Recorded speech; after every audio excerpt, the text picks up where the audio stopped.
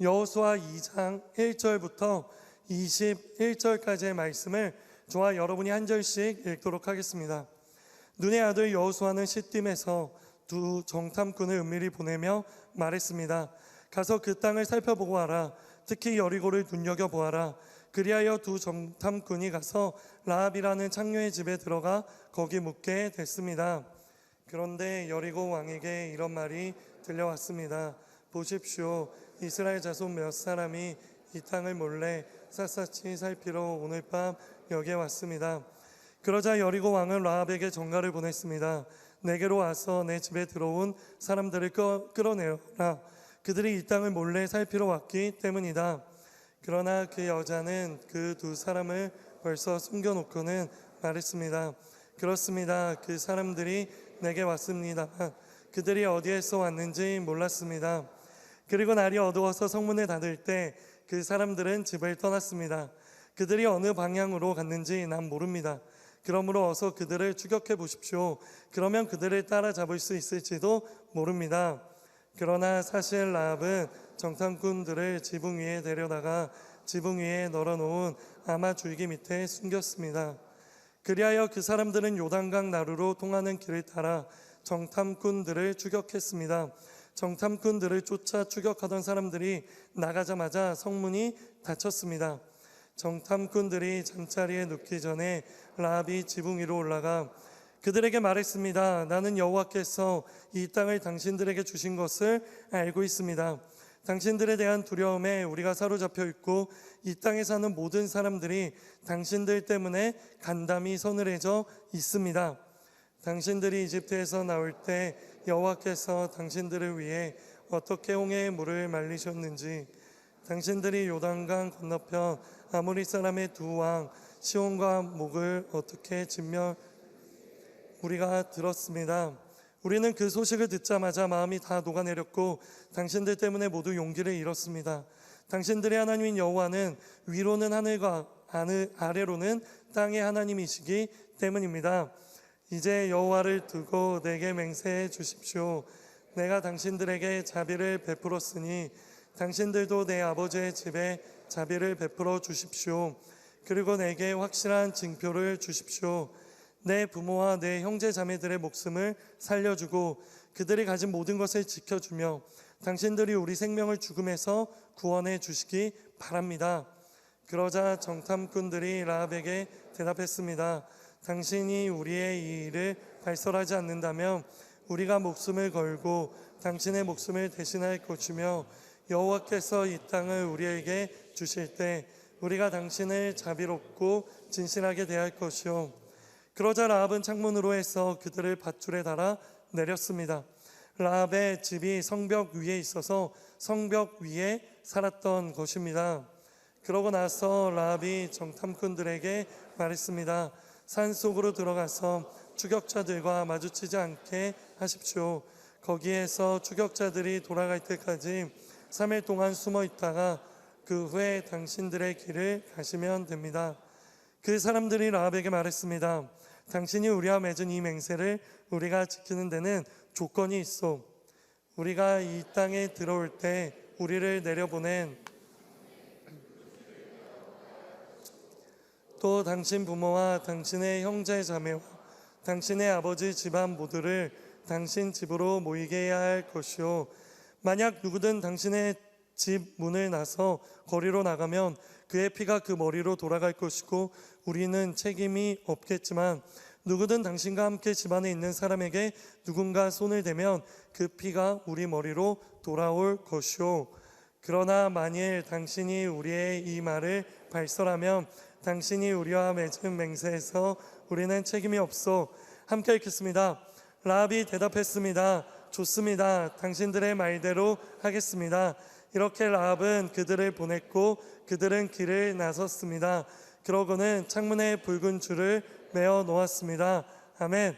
이 말씀을 가지고 최성민 목사님께서 말씀 전해 주시겠습니다. 네, 오늘도 예배하게 하신 하나님께 우리 감사 영광의 박수 먼저 드리겠습니다. 하나님을 찬양합니다. 긴 연휴의 마지막을 예배로 마치는 여러분들 정말로 축복하고요. 혹시 가정 가운데 소홀했다라면 이 예배가 빨리 끝나서 돌아가서 부모님께 한 번 더 사랑한다 이야기하고 가정적인 그리스도인들이 될 수 있게 되기를 소망합니다.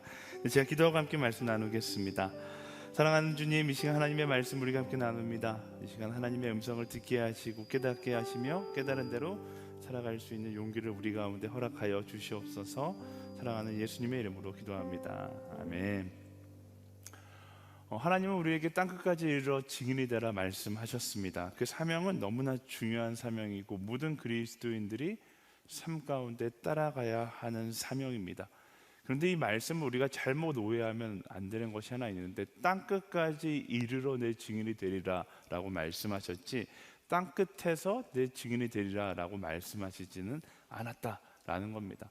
많은 사람들이 정말로 뜨거운 신앙을 가지고 나아가는데 이 말씀을 오해해서 무조건 땅끝을 향해서 나아가려는 선교적 열심만 가지고 살아가는데, 땅끝까지 이르러, 그 이르러 가는 과정이 분명히 있다라는 것이죠. 땅끝까지 이르러 증인이 되는 사명은 바로 오늘 내 자리에서부터 시작되어야 한다라는 것입니다. 그리고 여러분들이 서 있는 그 자리가 어디인가, 가장 가까운 자리는 단 한 사람도 빠짐없이 바로 가정이 되어야 하는 것이죠. 우리는 이것을 기억해야 합니다. 나의 가정을 돌보지 않고 열방에 복음을 전하는 사람이 될 수 있는가? 뭔가 맞지 않는 거죠. 나의 가정 가운데 복음을 전하는 한 사람이 먼저 될 수 있어야 열방에 복음을 전하는 증인이 될 수 있는 것이다 라는 것을 우리는 명심해야 합니다. 예전에 대학부를 담당할 때 크리스마스 블레싱을 하려 하는데 한 청년이 저에게 아주 자랑스럽게 와서 그런 이야기를 하는 거예요. 이번 크리스마스 블레싱을 가려고 했는데 집에 아무도 믿지 않는데 반대해갖고 몰래 빠져나와서 크리스마스 블레싱을 가려고 합니다. 기도해 주십시오. 이렇게 이야기를 하는 거예요. 근데 제가 듣고 보니까 이상한 거죠. 집에 있는 사람이 아무도 교회를 안 다니는데 몰래 빠져나와서 크리스마스 블레싱을 간다. 제가 그 자매에게 그렇게 이야기해 줬어요. 자매님에게 가장 지금 적합한 크리스마스 블레싱 장소는 바로 가정이 아닐까 싶습니다. 가정으로 돌아가서 우리 가족들과 함께 크리스마스를 보내보고, 가능하다라면 가족들과 함께 예배에 나와서 예배하는 시간을 가져보면 어떨까요? 제가 이 말을 하니까 자매 입이 그냥 쭉 나왔죠. 네, 싫은 거예요. 제 말을 듣기가 싫은 거죠. 하지만 목사가 이야기해서 순종하는 마음으로 순종했고, 그의 크리스마스 블레싱을 가지 않고 가족들과 함께 교회를 나와 예배를 드렸던 그런 기억이 있습니다. 그리고 나중에는 그 선택이 굉장히 지혜로웠다라는 나눔을 했던 그런 고백을 들었던 적이 있어요. 우리가 정말로 가정에 대해서 소홀할 때가 많습니다. 우리 신앙에 대해서 열심을 가지고 선교도 열심히 하고 교회 사역도 열심히 하는데 정작 가장 미전도 종족처럼 존재하는 가정에 대해서는 잊어버릴 때가 너무나 많은 것이죠. 복음을 전하는 것뿐만 아닙니다. 예수님께서 우리에게 분명히 사랑하라고 말씀하셨는데 모든 건 다 사랑해요. 내 이웃도 사랑하고 죽어가는 사람도 사랑하고 멀리 있는 아프리카 사람도 사랑하는데 정작 나의 가정은 사랑하지 못할 때가 너무나 많이 있다라는 것입니다. 이 설교를 준비하면서 제 두 자녀가 이 집에서 이 영상을 보면서 아빠가 할 소리는 아니다라고 이야기할 것 같다는 그런 생각이 들더라고요. 하나님께서 그것을 기뻐하실까? 하나님께서 우리에게 가정을 허락해 주셨는데 그 가정부터 사랑이 시작되지 않는다라면 그것 또한 하나님께서 기뻐하시지 않는다라는 것을 우리는 기억해야 합니다. 그리스도인이라면 하나님께서 우리에게 선물로 주신 가정을 소중하게 여기고 거기서부터 사랑을 시작하는 사람이 되어야 하는 것이죠. 올 가정의 달을 맞이해서 내게 허락하신 가정의 소중함을 확인하고 가정을 향한 하나님의 마음을 선물할 수 있는 그런 그리스도인들이 되기를 예수님의 이름으로 축원합니다. 물론 우리 각자의 가정을 떠올릴 때마다 각자의 가정에 대한 온도는 다 다를 겁니다. 그러나 온도는 다를지라도 각자의 가정 가운데 함께 하시는 하나님은 동일하시다라는 것을 우리는 기억해야죠. 여러분들에게 가정은 어떤 의미입니까? 누군가에겐 굉장히 따뜻한 안식처와 같은 의미일 수도 있겠지만 누군가에겐 엄청나게 큰 상처의 자리이고 때로는 외로움의 자리이며 사랑이 없는 각박한 자리처럼 느껴지는 사람들도 있을 겁니다. 근데 분명한 사실 한 가지는 어떤 모습이 되었든 그 가정 가운데 하나님의 계획은 분명히 있고 하나님의 계획이 분명히 있다라면 여러분들이 그 가정 가운데 서 있는 목적과 이유도 분명히 있다라는 거예요. 하나님께서 나를 그 가정 가운데 보내셨는데 그 가정 속에 남들의 가정과 비교하고 상황 가운데 실망하여 외면하고 있다라면 하나님께서 그것을 목적으로 두지 않으셨다는 것을 우리는 알아야 합니다. 어떠한 상황이라 할지라도, 나의 가정이 어떤 모습이라 할지라도, 그럼에도 불구하고 함께 하시고 계획하시는 하나님을 생각하며 하나님의 시선으로 나의 가정을 바라볼 수 있어야 하는 것이죠. 오늘 말씀에 등장하는 라합이라는 여인, 여러분들은 이 라합하면 항상 따라다니는 수식어가 한 가지 있잖아요. 기생 라합. 우리말 성경에서는 거침없이 창녀 라합이라고 표현하고 있습니다. 지금도 그렇지만 그 당시에 가장 천대받는 직업이었을 것이고, 이 직업을 가졌던 그 순간부터 가정에서부터 가족 안에서는 인정받지 못했을 겁니다. 차별과 멸시를 받는 대상이었을 거예요. 그런데도 놀랍게도 하나님께서 그런 라합을 사용하시기를 원하셨고, 그런 라합을 통해서 라합 자신뿐만 아니라 라합의 가정 가운데 복이 흘러들어가는 장면들을 오늘 말씀 가운데 보게 됩니다. 오늘 바로 이 라합의 스토리를 함께 나누면서 부끄러운 내 모습, 절망적인 상황, 마음 가운데 있는 상처, 하지만 그럼에도 불구하고 하나님께 쓰임받고, 그럼에도 불구하고 가정을 구원의 자리로 초청하는 이 라합의 삶의 고백이 우리의 삶의 고백이 될 수 있게 되기를 예수님의 이름으로 축원합니다. 1절부터 4절까지 말씀 함께 읽어보겠습니다. 시작. 눈의 아들 여호수아는 시딤에서 두 정탐꾼을 은밀히 보내며 말했습니다. 가서 그 땅을 살펴보고 와라. 특히 여리고를 눈여겨보아라. 그리하여 두 정탐꾼이 가서 라합이라는 창녀의 집에 들어가 거기 묵게 됐습니다. 그런데 여리고 왕에게 이런 말이 들려왔습니다. 보십시오, 이스라엘 자손 몇 사람이 이 땅을 몰래 샅샅이 살피러 오늘 밤 여기에 왔습니다. 그러자 여리고 왕은 라합에게 전가를 보냈습니다. 내게로 와서 내 집에 들어온 사람들을 끌어내어라. 그들이 이 땅을 몰래 살피러 왔기 때문이다. 그러나 그 여자는 그 두 사람을 벌써 숨겨놓고는 말했습니다. 그렇습니다. 그 사람들이 내게 왔습니다만 그들이 어디에서 왔는지 몰랐습니다. 40년 만에 가나안 앞으로 돌아온 여호수아가 두 정탐꾼을 여리고 땅으로 보냅니다. 그리고 그곳에 라합이라는 창녀의 집에 머물게 되는 사건이 바로 오늘 말씀의 배경인 것이죠. 저는 굉장히 대문자 T인 사람이거든요. 이 말씀을 묵상할 때마다 마음이 굉장히 불편해요. 왜 하필 그 수많은 집 중에 기생 라합의 집에 가게 되었는가? 저같이 삐딱한 시선을 가진 사람은 이런 거를 그냥 넘어갈 수가 없어요. 이 정탐꾼들이 무슨 마음으로 라합의 집에 들어갔을까? 혹시 일탈을 하고 있는 것은 아닌가? 왜요? 이 지방 여인들의 모습이 너무나 아름답기로 유명하기 때문에 저는 그런 오해를 좀 했어요. 그래서 주석서를 찾아보니까 다른 이유가 있더라고요. 이런 오해 하시면 그냥 그걸 기정사실로 받아들이면 안 되고, 많은 자유주의 신학자들이 이런 걸 기정사실로 받아들여서 막 이제 논리를 펼치곤 하는데, 말씀을 잘 살펴보고 잘 연구하다 보면 다 이유가 있더라고요. 오늘 15절 말씀에 그 이유를 이야기합니다. 15절 말씀 시작. 그러자 라합은 창문으로 해서 그들을 밧줄에 달아 내렸습니다. 라합의 집이 성벽 위에 있어서 성벽 위에 살았던 것입니다. 라합의 집의 위치 때문에 그들이 의도해서 들어갔든지 하나님께서 계획하셔서 그곳으로 인도했든지 바로 거기에 계획하심이 있었던 것이죠.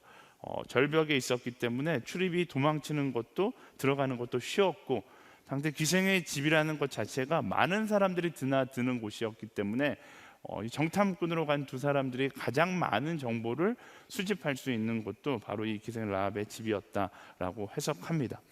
진실은 두 정탐꾼만 알겠지만 중요한 것은 이 장면에서 모든 것이 하나님의 계획된 섭리 가운데 있었다라는 것이죠. 그 모든 것에는 그 상황뿐만 아니라 라합의 마음도 포함되어 있었습니다. 11절 말씀 함께 읽어볼까요? 시작. 우리는 그 소식을 듣자마자 마음이 다 녹아내렸고 당신들 때문에 모두 용기를 잃었습니다.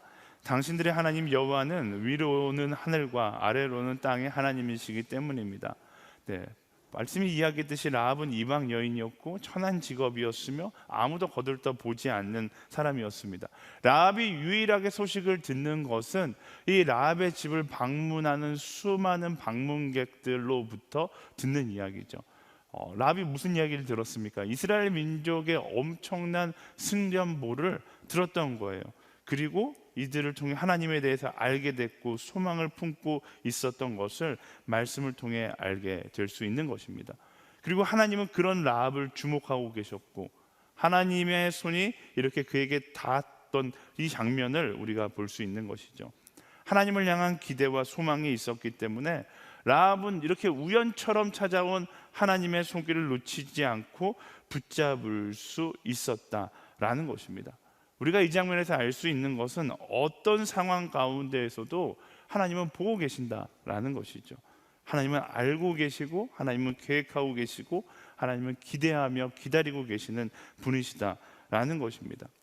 때로는 나의 삶이 너무나 초라하고 세상에게 외면받고 가족에게 인정받지 못하고 아무도 주목하지 않는 인생처럼 보인다 할지라도 말씀이 설명하는 것은 누구는 보고 계신다, 하나님은 보고 계시고 하나님은 주목하고 계신다라는 거예요. 우리가 살아가면서 마음의 질병을 왜 얻습니까? 우리가 마음의 질병을 얻는 이유는 아무도 내게 관심 가져주지 않는다라고 생각하기 때문에 그래요. 맞아요. 세상은 여러분들에게 관심 갖지 않습니다. 그러나 그럼에도 불구하고 여전히 나를 바라보고 계시고 나에게 관심 가져주는 이가 계신데 그게 바로 하나님이라는 사실을 우리가 기억해야 합니다.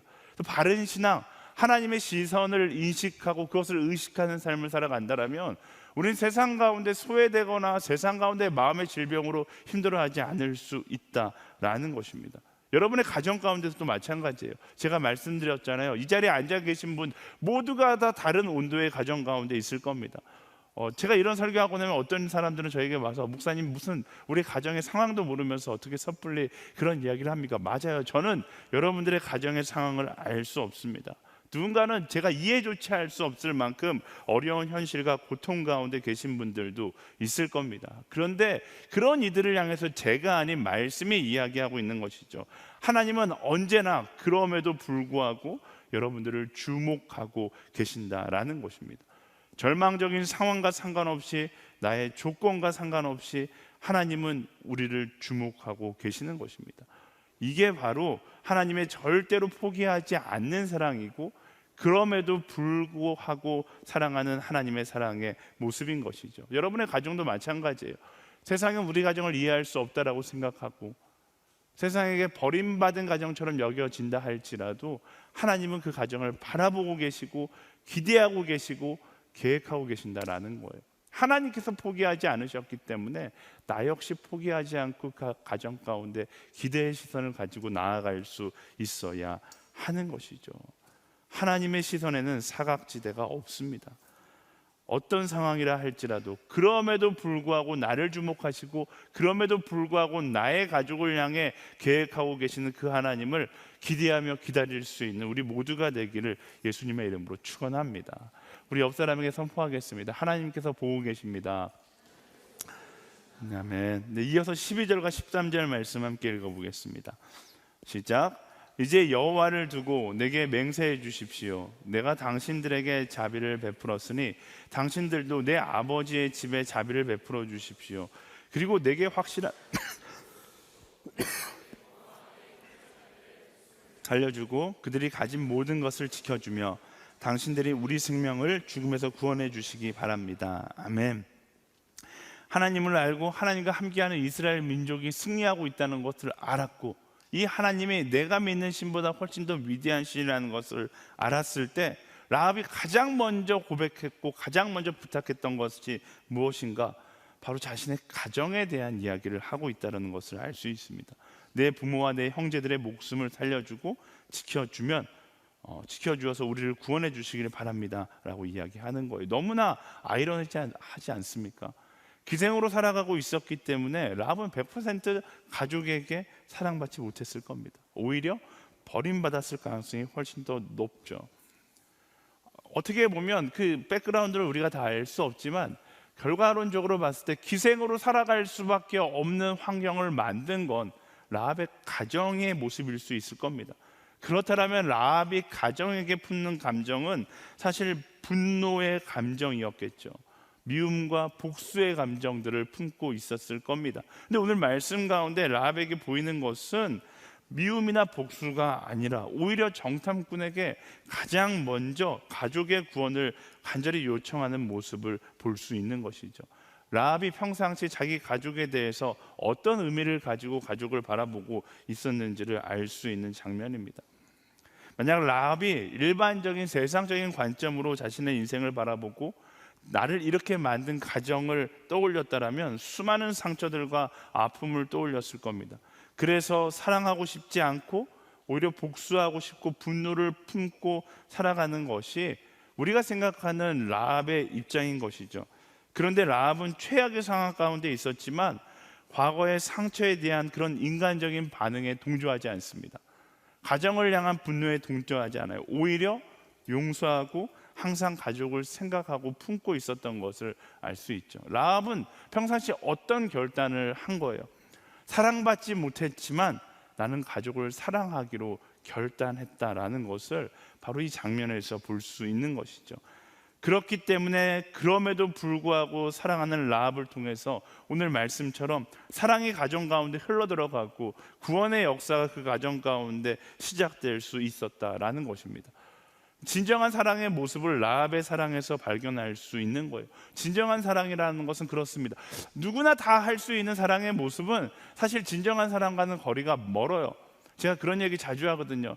제가 목사로서 저를 위해서 기도해 주시는 분들도 많고 저를 보면 목사님 응원하고 있어요. 메시지마다 사랑하는 목사님 이렇게 이야기하시는 분들 많은데 굳이 저를 위해서 여러분들이 기도해 주지 않아도 저를 위해서 기도해 주는 사람들은 굉장히 많아요. 그건 어떻게 보면 이렇게 하면 안 되겠죠. 너무 제가 어쨌든 진짜 사랑이긴 사랑이죠. 하지만 하나님께서 원하시는 진짜 사랑은 사랑스러운 것을 사랑하는 것을 넘어서 아무도 사랑하지 않는 것을 사랑하는 라합이 했었던 그럼에도 불구하고 사랑을 선택하는 그것이 진정한 사랑의 모습인 것이죠. 세상은 사랑이라고 이야기하면서 머릿속으로는 엄청나게 많은 것을 계산합니다. 받은 만큼 돌려주는 것을 사랑이라고 세상은 생각해요. 그래서 내가 이만큼 사랑하면 되지 않았냐? 이게 많은 사람들이 사랑을 하면서 하는 이야기잖아요. 이만큼 사랑을 하면 너도 이만큼 사랑해 줘야 되지 않냐? 요즘 이혼하는 부부들이 많은 이유가 무엇입니까? 사랑을 계산하니까 그런 거예요. 내가 너를 이만큼 사랑했고 이만큼 이해했으면 너도 나를 이만큼 이해하고 사랑해야 되지 않냐? 그게 사랑이라고 생각하는 것이죠. 근데 진짜 사랑은요, 라합이 보여줬던 것처럼, 예수님께서 보여줬던 것처럼 그럼에도 불구하고 사랑하기로 결단하는 것이 진짜 사랑하는 것입니다. 내가 받았기 때문에 주는 것이거나 줬기 때문에 받기를 기대하는 사랑이 아니라 내가 주고 먹고 떨어져라라고 이야기할 수 있는 사랑이 진짜 사랑의 모습인 것이죠. 그리고 하나님은 우리가 그런 사랑의 결단을 하기를 원하신다라는 거예요. 때로는 가정에 상처가 있는 분들 계실 겁니다. 부모님을 보면 정말로 꼴보기가 싫고 이해가 안 되는 분들도 계실 거예요. 부모님 세대도 있는데 내 자녀를 보면 화가 나는 분들도 계시겠죠. 내가 경험한 시간들이 다른 사람들과는 비교가 안 될 정도로 아픔으로 가득 채워져 있다라고 생각하시는 분들도 있을 겁니다. 그래서 항상 분노 혹은 포기한 감정 상태 가운데 가정을 바라보고 계신 분들도 있을 거예요. 그러나 그럼에도 불구하고 일하시는, 그럼에도 불구하고 사랑하시는 하나님의 관점으로 바라본다라면 가정이 전혀 다르게 보이겠죠. 정말로 망한 것 같은, 아무런 희망이 보이지 않는 그런 가정, 근데 하나님은 그 가정 가운데 나를 보내셨어요.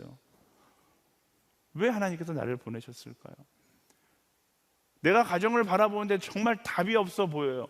그 답이 없는 가정을 나로 하여금 보게 하셨어요. 왜 보게 하셨을까요? 그 가정 가운데 보내신 이유도, 그 가정 가운데 보게 하신 이유도 하나님께서 내게 말씀하시는 것이 있는 것이죠. 분명히 그 가정 가운데 내가 있어야 되는 자리가 있는 것이고, 하나님께서 그 순간 나에게 뭐라고 말씀하십니까? 내가 너희를 사랑한 것처럼 너희도 가정을 사랑할 수 없겠니? 라고 말씀하시는 것이죠. 예수님은 답 없는 우리를 사랑하셨잖아요. 소망 없는 우리를 사랑하셨어요. 잘난 것 하나 없는 우리를 사랑하셨어요. 지저분하기로 유명한 우리를 사랑하셨어요. 그리고서 말씀하시기를 내가 너희를 사랑한 것처럼 너희도 사랑할 수 없겠니? 라고 말씀하시는 것이죠. 그리고 그 사랑하는 한 사람을 통해 회복을 이루시는 하나님, 그것이 말씀이 이야기하고 있는 것입니다. 뭐 저희 가정은 그렇게 어려운 가정은 아니었던 것 같아요. 저희 가정은 아버지가 목회를 하셨기 때문에 뭐 재정적으로는 어려움이 있었던 것 같지만 어쨌든 뭐 상황적으로 남들 가정처럼 가정에 상처가 있고 아픔이 있고 이런 집안은 아니었어요. 근데 저희 아버지는 가부장적인 분이셨거든요. 저희 아버지의 아버지, 그러니까 저희 할아버지께서 굉장히 어릴 때 아버지가 거의 일어서시기도 전에 돌아가셨기 때문에 저희 아버지는 아빠의 사랑이라는 걸 받아본 적이 없으신 분이었어요. 근데 좋은 아버님이셨고 엄격한 아버님이시기도 했는데 한 가지 문제가 뭐냐면 저희 아버지는 저에게 사랑한다라고 이야기해 주신 적이 단 한 번도 없으셨던 분이세요. 그런 집안에서 제가 자라나서 이제 30대가 되고 30대 중반이 돼서 이제 전도사가 돼서 주일 설교를 준비하는데 목사들은 그런 설교 많이 하잖아요. 하나님의 사랑은 아버지의 사랑과 같아서 이런 설교 많이 하잖아요. 저도 무의식 중에 그런 이야기를 쓰고 있는데 생각해 보니까 저희 아버지랑 하나님이랑 너무 이미지 매칭이 안 되는 거예요. 하나님이 우리 아버지 같으면 나는 하나님 진짜 별로일 것 같은데 이런 생각이 드는 거죠. 근데 제가 별로일 것 같은데 하나님의 사랑은 아버지의 사랑 같다라고 설교할 수가 없잖아요. 그런데 막 억울하기 시작한 거예요. 지난 30년 동안 하나님의 사랑이 아버지 사랑 같았으면 하나님의 사랑이 이렇게 메마른 사랑이었고 의미 없는 사랑처럼 느껴졌단 말입니까? 하나님께 막 원망을 하고 있는데 하나님께서 저의 마음 가운데 한 가지 말씀하셨어요. 그 말씀을 따라 토요일 밤에 설교를 준비하다 말고 밤 12시가 다 되었을 때 제 차를 몰고 저희 아버지가 수원에 사셨는데 수원까지 내려갑니다. 밤 12시에 갔더니 주무시고 계시죠. 아버지를 흔들어 깨웠어요. 제 아버지를 굉장히 무서워하는데 아버지가 벌컥 화를 내면서 야, 너도 목회자인데 목회자가 토요일 밤에 이 밤에 뭐 하는 짓이냐, 집에 가서 설교 준비나 해라, 막 이렇게 저를 훈계하시는 거예요. 제가 그때 처음으로 아버지에게 큰 소리를 쳐봤어요. 아버지 설교도 중요한데 제 설교도 중요하니까 잠깐 일어나 보세요. 네.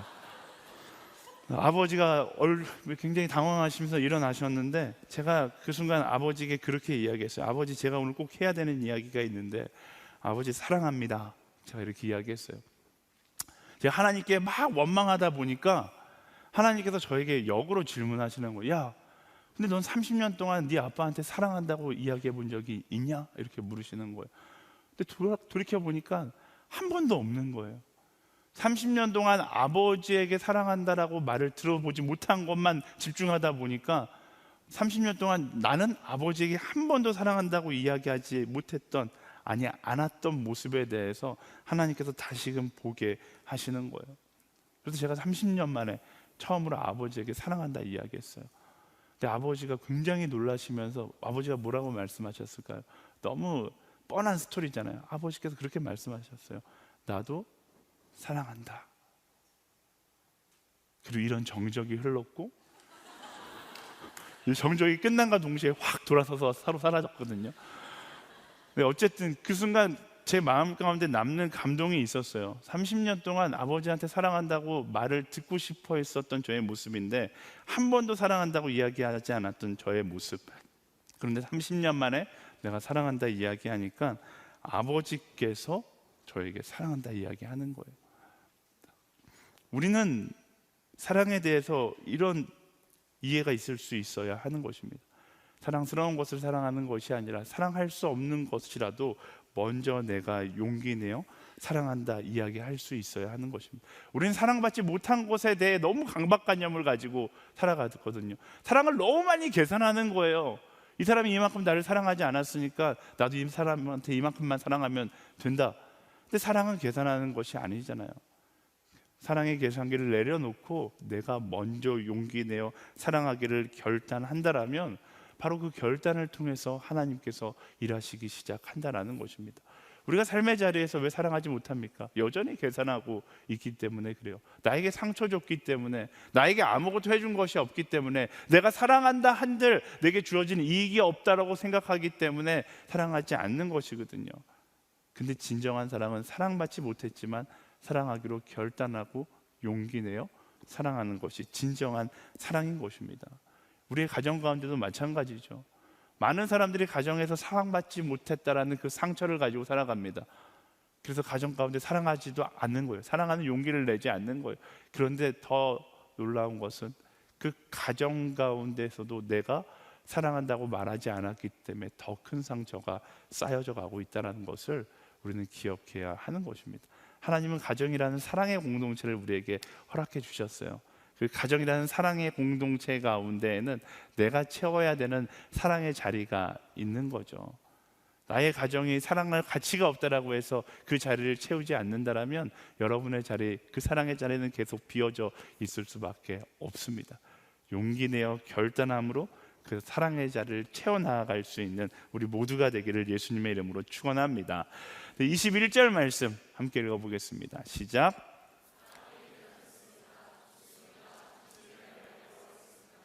이렇게 라합은 그들을 보냈고 그들은 길을 나섰습니다. 그러고는 창문에 붉은 줄을 메어 놓았습니다.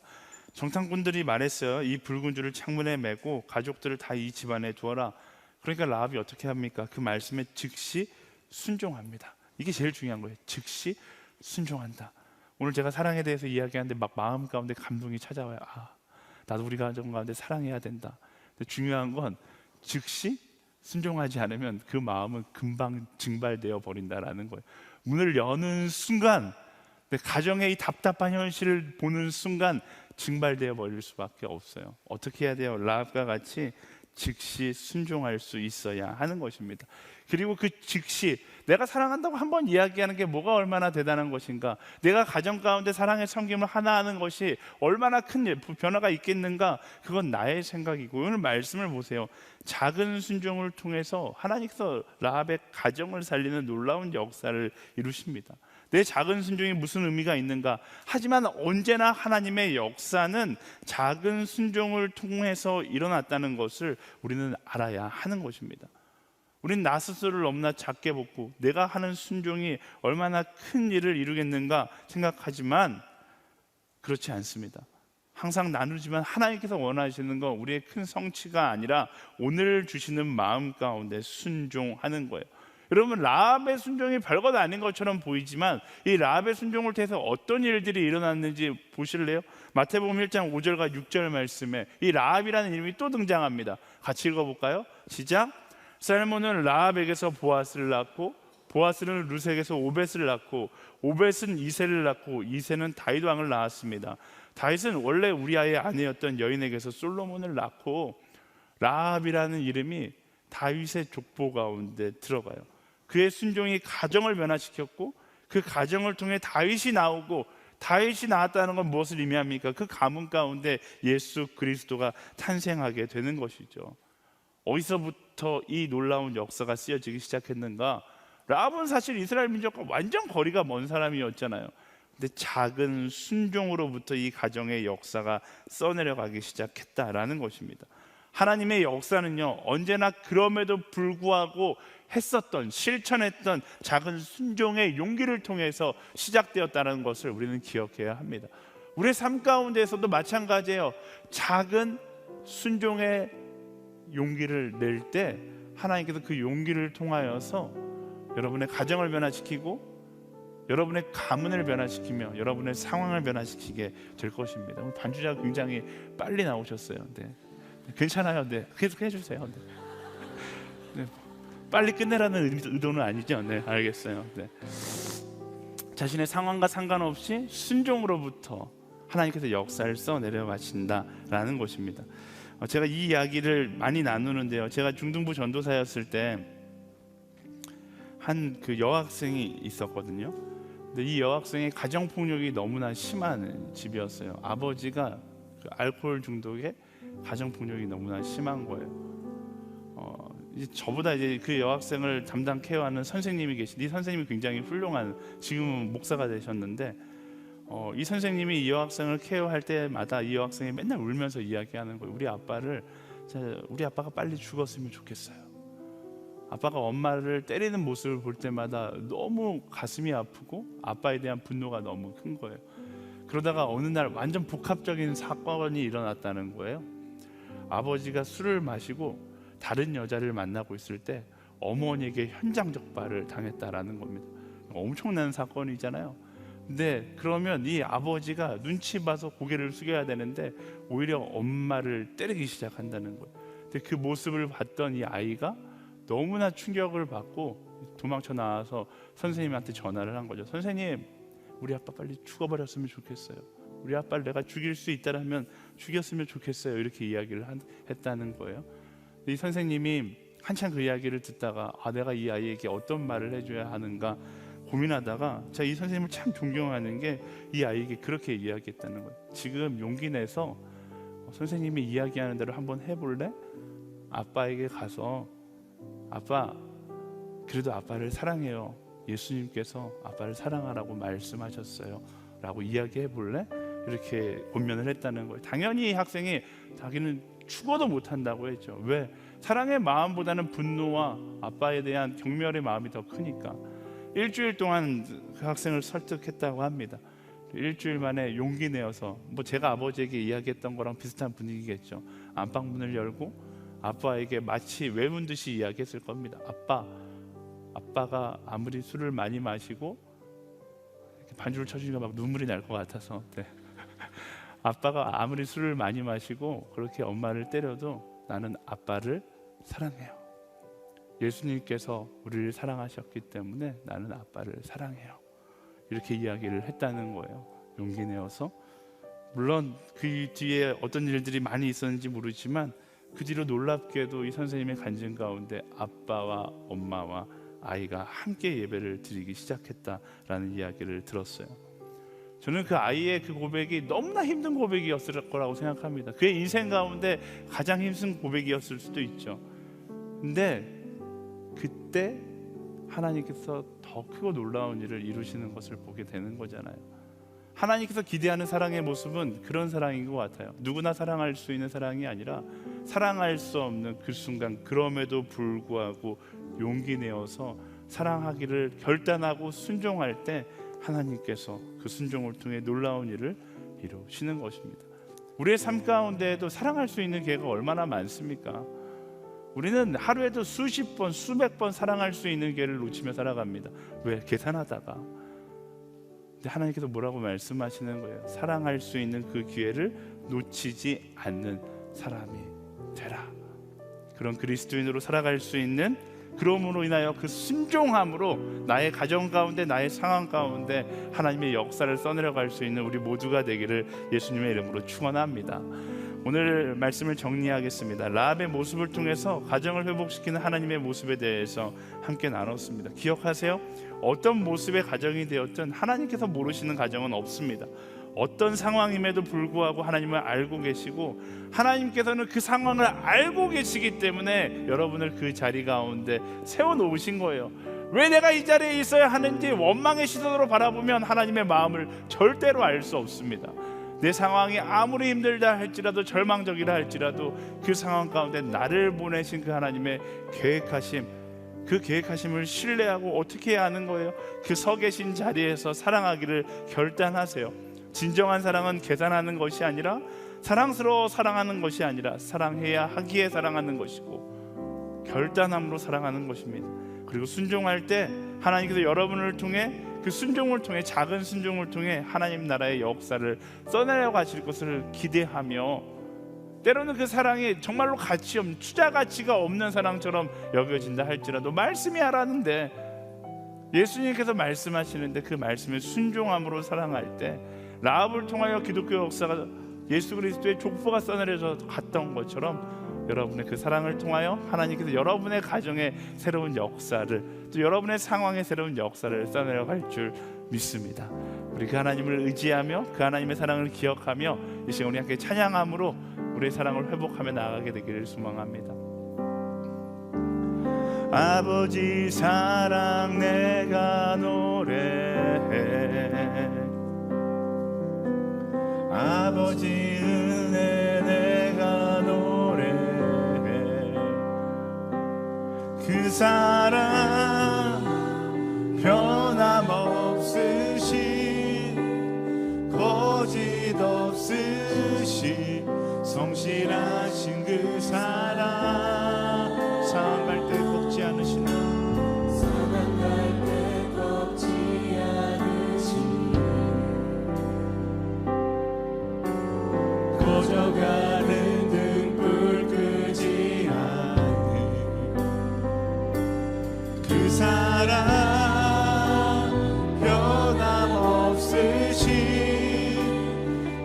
거짓 없으신 성실하신 그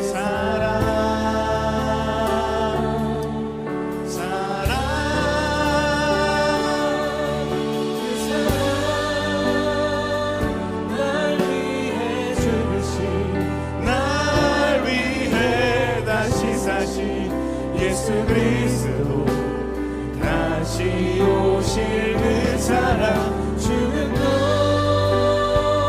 생명도 천사도 하늘의 어떤 권세도 끊을 수 없는 영원한 그 사랑 예수. 우리 1절부터 찬양할 때 다 같이 자리에서 일어나서 하나님의 그 사랑이 내 마음 가운데 새겨지를 소망하며 아버지 사랑 내가 노래해 아버지 은혜 내가 노래해 그 사랑 변함없으신 거짓 없으신 성실하신 그 사랑 상한 갈대와 같은 가정일지라도 상한 갈대 꺾지 않으신 하나님은 포기하지 않으십니다. 꺼져가는 눈물 끄지 않는 그 사랑 변함없으신 거짓 없으신 성실하신 그 사랑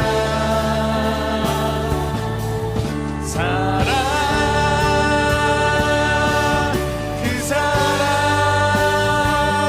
날 위해 죽으신 날 위해 다시 사신 예수 그리스도 다시 오신 그 사랑 죽음도